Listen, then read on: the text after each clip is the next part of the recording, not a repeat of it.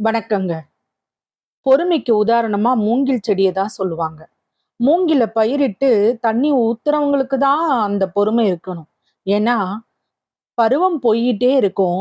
ஆனா, மூங்கில் செடி ஒரு இன்ச்சு கூட வளராது.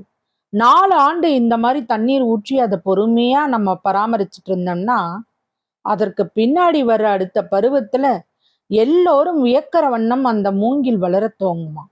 அதுவும் எப்படின்னு நினைக்கிறீங்க? சட சடன்னு அசுர வளர்ச்சி. ஒரு ஆண்டுல அது எட்டி பிடிக்கிற உயரம் எவ்வளோ தெரியுங்களா? 80 அடிக்கும் மேல. 4 ஆண்டு காலமா அமைதியா இருந்த செடி எப்படி 5வது ஆண்டுல மட்டும் இவ்ளோ உயரமா போய் வளர்ச்சி எட்டுது? ஆராய்ஞ்சு பார்த்தா ஆச்சரியம் தரும் ஒரு ரகசியம் இதுல இருக்குதுங்க. இயற்கையோட அற்புதம், கடவுளோட படைப்போட மகிமை இது.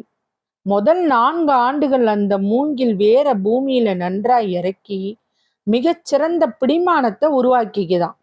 5வது ஆண்டுல தான் அது அடி உயரமா நான் வளரப் போகிறேன், என்னை தாங்கி பிடிக்கிற வல்லமை என் வேர்களுக்கு தேவை அப்படின்னு தெரிஞ்ச பிறகுதான் மூங்கில் முழு மூச்சா தன்னை தயாரிச்சுக்கிட்டு அசுர வளர்ச்சி அடையுமா. அப்பதான் அது தடுமாறவும் இல்லை, தடம் புரள்றதும் இல்லை.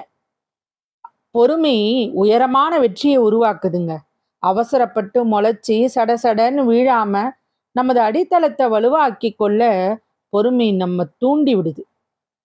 அதனால மூச்சு உள்ள வரைக்கும் முயற்சி செய்யலாம். முடியாதது அப்படிங்கிறது இங்கு ஒன்றுமே கிடையாதுங்க. இந்த மாதிரி கதைகள் எல்லாம் உங்களுக்கு பிடிச்சிருந்தா ஒரு லைக் போடுங்க. வசியின் வாசிப்புகளை சப்ஸ்கிரைப் பண்ணுங்க. நன்றி.